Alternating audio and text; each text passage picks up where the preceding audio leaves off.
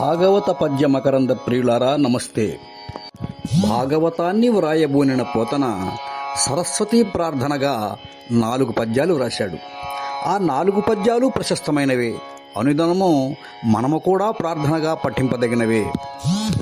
శోణితలంబునన్నుదురు సోకగ మృక్కిను తింతూ సైకత శ్రోణికి చెంచరీక చయ సుందరవేణికి రక్షితామర శ్రేణికి తోయజాత భవ చిత్తవశీకరణైకవాణికి వాణికి అక్షదామ సుఖ వారిజ పుస్తక రమ్యపాణికి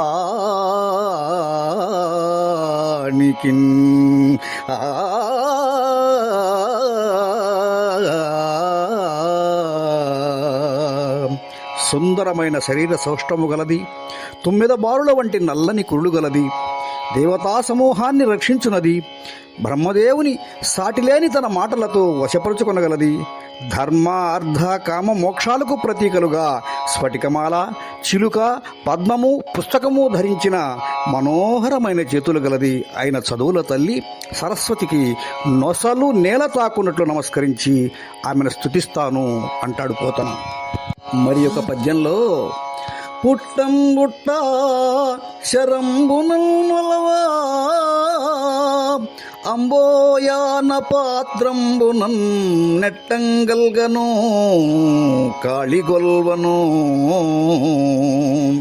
పురాణింపందొరంగొంటి మీదెట్టే వెంట జదినూతూ తత్సరణి నాకీవమ్మ ఓయమ్మ మేల్పట్టున్నాకగుమమ్మ నమ్మితి తుమీ బ్రహ్మీ దయాంబో నిధి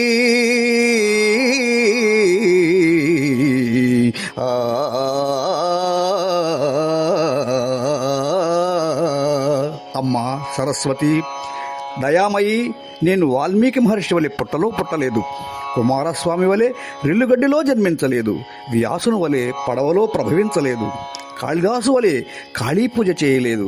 అయినా శ్రీమద్ భాగవత రచనకు పూలుకున్నాను. ఏ విధంగా ముందుకు తీసుకువెళ్తావో ద్రోవ చూపు తల్లి, నాకు అండగా నిలవు అమ్మా, నిన్ను నమ్ముకున్నాను తల్లి అని వినయంగా ప్రార్థిస్తాడు పోతన. మిత్రులారా, మీకు నచ్చితే లైక్ చేయటం, షేర్ చేయటం మర్చిపోరు కదూ.